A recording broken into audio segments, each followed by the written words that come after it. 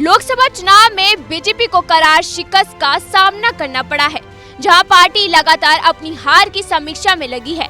तो इस बीच आरएसएस नेता इंद्रेश कुमार के एक बयान ने सियासी तूफान ला दिया है, जिसका कोई समर्थन कर रहा तो कोई विरोध और कोई उनके बयान से किनारा कर रहा है।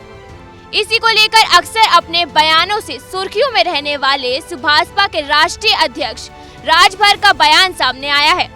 राजभर ने कहा कि इंद्रेश कुमार को ऐसा लगा होगा, बाकी वो उनका विचार है और वो उनकी सोच है। हमारा जो लक्ष्य था वो पूरा हुआ है। ये उनका बयान है, ऐसा कुछ नहीं है। अब वो कह रहे हैं तो अब उनके विचार से हो सकता है, लेकिन हम लोगों के विचार से ऐसा कुछ नहीं है। इसी के साथ राजभर ने बताया कि पार्टी हर स्तर से हार की समीक्षा कर रही है। पता लगाने की कोशिश की जा रही है कि आखिर गलती हुई कहाँ है। धरातल पर उतरकर चीजों का पता लगाया जा रहा है। फिर आने वाले चुनावों में उसमें सुधार कर मैदान में आएंगे। एनडीए गठबंधन में हम लोग हैं, सब लोग अपनी अपनी समीक्षा अपने स्तर से कि कहाँ कमी रह गई, कहाँ हम दिक्कत हुई, उसकी समीक्षा सभी लोग कर रहे हैं। उसी में समीक्षा भारतीय जनता पार्टी भी अपने ढंग से अपने लोग नेताओं को लगा करके धरातल पे वो खबर इकट्ठा कर रहे कि क्या कमी रही, उसको दूर करके हम लोग आगे फिर मजबूती से संगठन को आगे बढ़ाया जाए। और आने वाले दिनों में चाहे वो पंचायत चुनाव हो, चाहे विधानसभा का चुनाव हो, चाहे फिर लोकसभा का चुनाव हो, हम सब लोग मजबूती से उसको लड़ाया जाए। दरअसल आरएसएस नेता इंद्रेश कुमार का एक बयान सामने आया था, जिसमें उन्होंने बीजेपी में अहंकार होने के चलते बहुमत का आंकड़ा नहीं छू पाने की बात कही थी।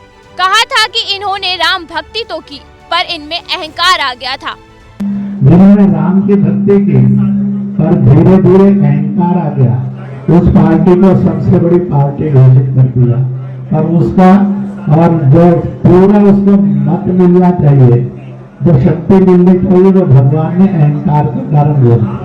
जिन्होंने राम का विरोध किया, उनमें से किसी को भी शक्ति नहीं दी, सब मिलकर भी नंबर 1 इन्होंने नंबर 2 पर खड़े कर दिया। सुना आपने, इस बयान से तो यही लगा कि आरएसएस और बीजेपी के बीच कुछ ठीक नहीं चल रहा है। हालांकि जैसे कि इंद्रेश कुमार के इस बयान ने तूल पकड़ा, तो उन्होंने सफाई दे दी और कहने लगे राम भक्त सत्ता में वापस आ गए हैं। पर इंद्रेश कुमार के बयान पर अब तरह तरह की प्रतिक्रिया सामने आ रही है।